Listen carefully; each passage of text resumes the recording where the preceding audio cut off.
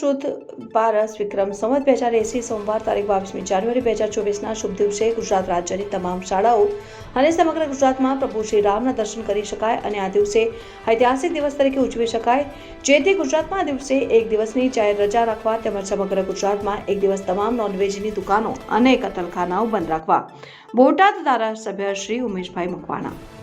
બોટાદના ધારાસભ્ય ઉમેશભાઈ મકવાણા દ્વારા મુખ્યમંત્રીશ્રીને પત્ર લખીને જણાવવામાં આવ્યું કે આગામી પોષ સુદ 12 વિક્રમ સંવત 2080 સોમવાર તારીખ 22મી જાન્યુઆરી 2024ના શુભ દિવસે પ્રભુ શ્રી રામલલાનું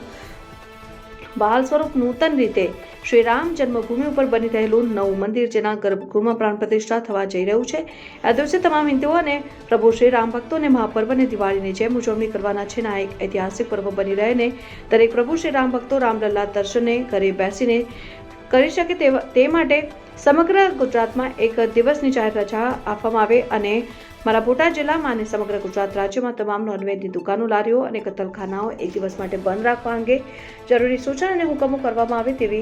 માંગણી બોટાદના ધારાસભ્ય શ્રી ઉમેશભાઈ મકવાણા દ્વારા કરવામાં આવ્યું। આગામી પોષ સુદ 12 વિક્રમ સંવત 2080 ના રોજ સોમવાર અને 22 જાન્યુઆરીના રોજ અયોધ્યા ખાતે રામ ભગવાનનું મૂર્તિ પ્રતિષ્ઠાનું આયોજન થઈ રહ્યું છે, ત્યારે સમગ્ર ગુજરાત એ દિવસે સમગ્ર ગુજરાતની જનતા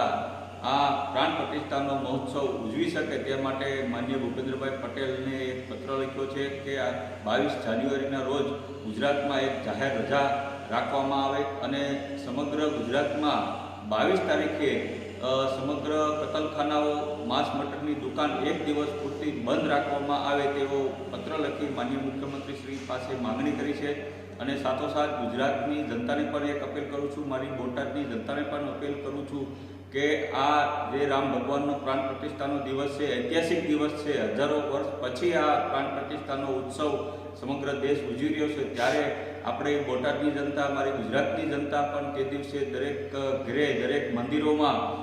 સુંદરકાંડનું આયોજન કરવામાં આવે, હનુમાન ચાલીસાનું આયોજન કરી અને આ પ્રાણ પ્રતિષ્ઠાનો મહોત્સવ આપણે સૌ ગુજરાતી ભાઈઓ ઉજવી તેવી હું દરેક ગુજરાતની જનતાને એક પ્રાર્થના પણ કરું છું।